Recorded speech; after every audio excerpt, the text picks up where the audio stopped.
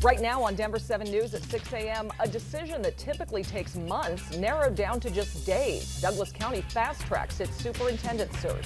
The move is causing controversy. I'm Denver 7's Colette Bordelon, live with the timeline ahead of the school board's special meeting today. It's a Denver 7 Weather Action Day. Snow is on the way. It's going to get heavier during the commute, and snow totals have gone up. We're expecting around 4 to 8 inches in and around Denver. We'll take a closer look at how heavy it's going to be in spots coming up. Plus, a new way to warn against wildfires. Any ability we can to get ahead of a wildfire for the first time in Colorado history, we need to. The special sensors one Colorado County is testing to give us an earlier alert. I'm Denver 7's Veronica Acosta. As officials work to prevent another tragedy like the Marshall Fire, there's 2 new resources now available for victims trying to restart their lives. Well, today it's the Denver 7 Weather Action Day, and we are already starting to see moisture moving into the high country. This is a live look from Steamboat Springs. This will be heading our way down here in the metro later, and it could create a messy drive home for you this afternoon. Here's a look at Futurecast and the winter storm heading our way. Thanks for joining us. I'm Nicole Brady. And I'm Brian Sanders. Good morning to you. We have a winter storm warning in effect this afternoon. Steamboat, I'm sure, is loving it, but we want to get right over to meteorologist Lisa Hidalgo because the timing and the amount for the metro could be a mess for the drive home, picking up the kids from school, you name it. Yeah, I'm already trying to get our gym to cancel gymnastics tonight because I don't want to drive in it this evening. We're looking at low 30s and some sunshine this morning. It looks pretty out there. By about 4 o'clock, though, it's going to be snowing. So if you want to get the dog out for a walk, I would do it earlier today. Take a look at the timing of this. And again, spots like Fort Collins, Longmont, Estes Park, that's where we're going to see some of that snow first. And it's going to happen by, it looks like, late morning, right around 11 to about 12 o'clock.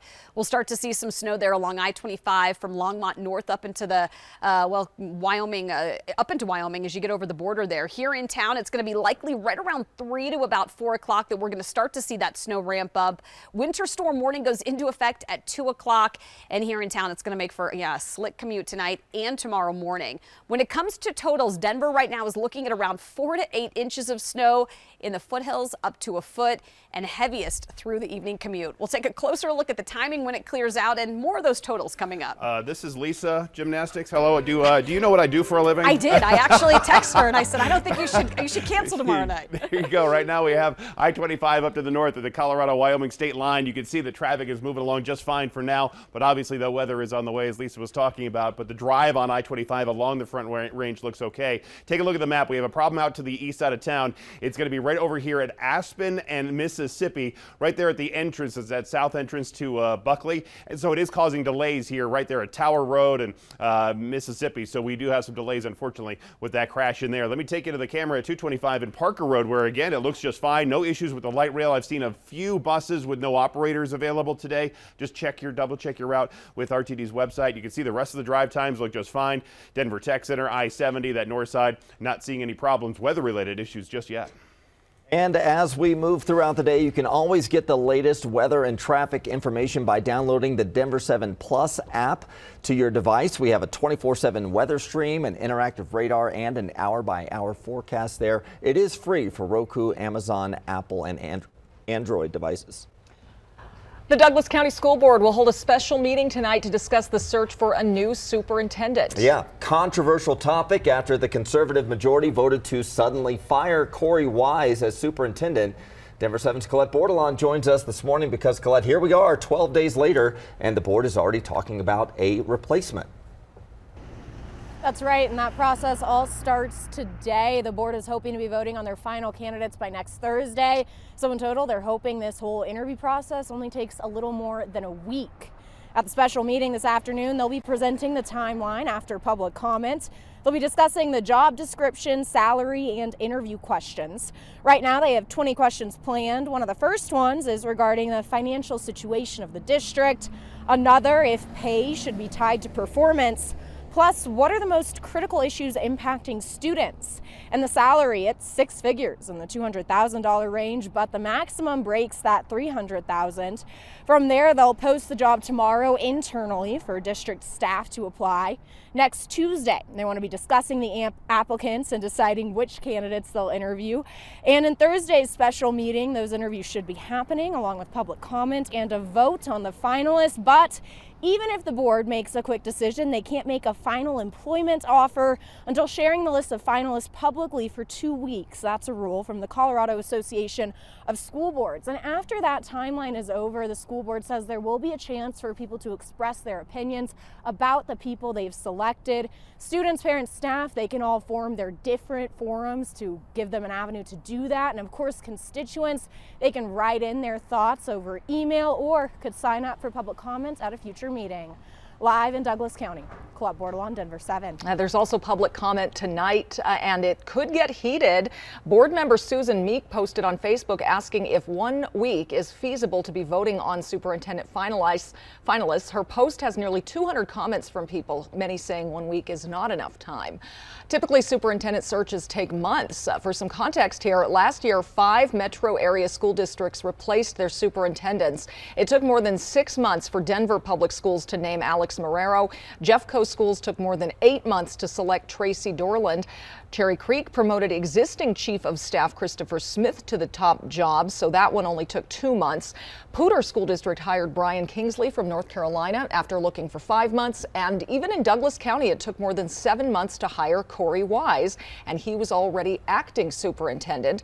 One potential benefit of a short search process is the cost. Months-long searches can cost tens, if not hundreds of thousands of dollars. Of course, we'll follow the Douglas County search process for you every step of the way.